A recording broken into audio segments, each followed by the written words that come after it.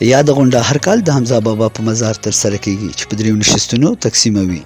لومړی نشست کې شاعران لیکوالان مقالې وړاندې کوي، ورپسې د موسیقۍ یعنی د ټنګ ټکور پروګرام وي، په اخره کې ازاده مشاعره وشي.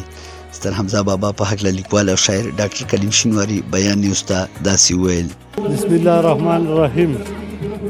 د حمزه بابا کار او زیار چې کومه پوښتنه تاسو وکړه نو هغه ډېر زیات دی.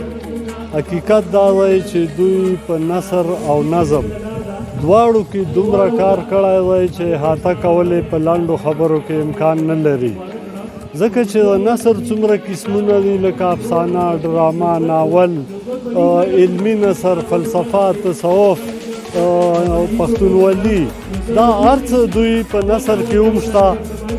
سفرنامه یې لیکلې ده، ترجمې یې کړي دي، په فلسفه تصوف یې لیکل کړي دي. دغه شان که بیا د دوی شاعري واخلې، د شاعرۍ هم چې هر څومره اصناف دي دا ټول بابا ټچ کړي دي او په معیاري انداز سره یې ټچ کړي دي، لکه غزل یې لیکلی، نظم، مثنوي، چې رباعي، قطعه، چې څومره د شاعرۍ اصناف دي په دې ټولو کې بابا کار کړی دی.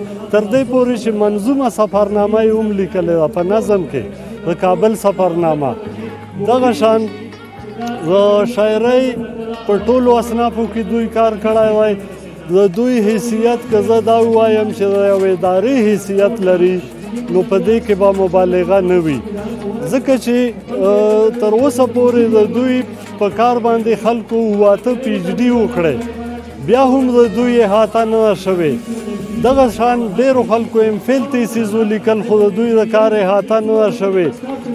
د حمزه بابا یو شعر دی چې تر غنغ پورې میدان د سخن جوړ شو، تر غنغ پورې میدان د سخن جوړ شو، د حمزه د تخیل ښکاره مړوند شو. حمزه بابا نوي نسل دپاره د اکیډمۍ درجه لري. هغه ځوانان چې حمزه بابا یې نه وي لوستی، یو وار د بابا کتابونه خامخا ولولئ، ځکه چې حمزه بابا په شاعرۍ کې زیاتره برخه د تاریخ ذکر شوی دی. مینوال شینواري، بیان نیوز، خیبر.